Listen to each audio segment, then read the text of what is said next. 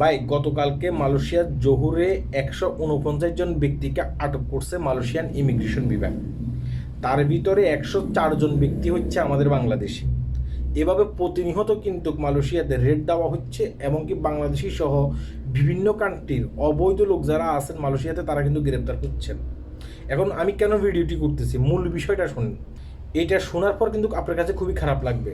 দেখেন, বাংলাদেশি 160 জন সহ 149 জন ব্যক্তিকে, মানে যে ফ্যাক্টরিতে চাকরি দিছে সেই ফ্যাক্টরির মালিক পক্ষের 3 জন ব্যক্তিকে গ্রেপ্তার করছে মালয়েশিয়ান ইমিগ্রেশন বিভাগ। তাদের বিরুদ্ধে অভিযোগ হয়েছে যে তারা কি করছে, অবৈধভাবে কেন এসব শ্রমিকদেরকে তার ফ্যাক্টরিতে কাজ দিছে, তারা কি কাগজপত্র যাচাই বাছাই করে নাই। মালয়েশিয়ান ইমিগ্রেশন বিভাগের অভিযোগ হয়েছে সেটা বলতেছে, আপনারা স্থানীয় ব্যক্তি হইয়া আপনারা কেন বাহিরের মানে বিদেশি লোকদেরকে অবৈধভাবে এখানে কাজ দিচ্ছেন, তাদের কাগজপত্র কি আপনারা যাচাই বাছাই করে দেখবেন না?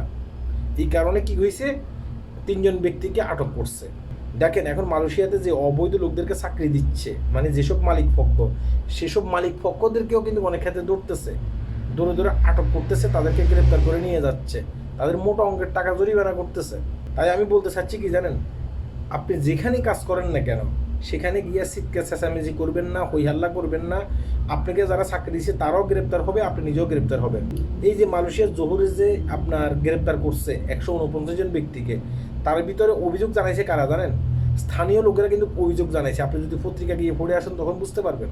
স্থানীয় লোকেরা অভিযোগ জানানোর কারণে সেখানে কিন্তু ইমিগ্রেশন রেড দিছে। স্থানীয় লোকেরা অভিযোগ জানাইছে যে এখানে বিদেশি লোকেরা থাকে, এখানে চিৎকার চেঁচামেচি করে, আমাদের ঘুমের ডিস্টার্ব হয়, আমাদের চলাফেরার ডিস্টার্ব হয়। এই কারণে কিন্তু ইমিগ্রেশন বিভাগ সেখানে রেড দিতে গেছে। ইমিগ্রেশন বিভাগ এই কারণে সেখানে রেড দিতে যায় না যে সেখানে অবৈধ লোক আছে। যখন স্থানীয় লোক অভিযোগ জানাইছে সেখানে গেছে, যাওয়ার পরে তারা গ্রেপ্তার করছে। গ্রেপ্তার করার পরে তারা বুঝতে পারছে যে সেখানে অবৈধ লোকের সংখ্যা অনেক বেশি।